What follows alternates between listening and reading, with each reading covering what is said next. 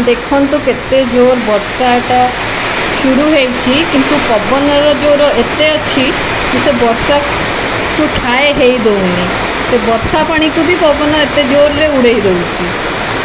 आउ वर्षाटा बहुत दरकार थिला सुंदरगढ़ रे कहीं एठी एते गरम होउछि माने घर बाहरला बेलू लगुच एमती देह हाथ गोड़ जली जाउछि खरारे।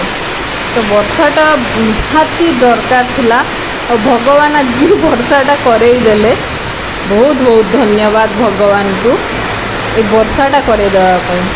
बहुत जोर एबे वर्षाटा पकाउछि एबे देखंतु आपण माने।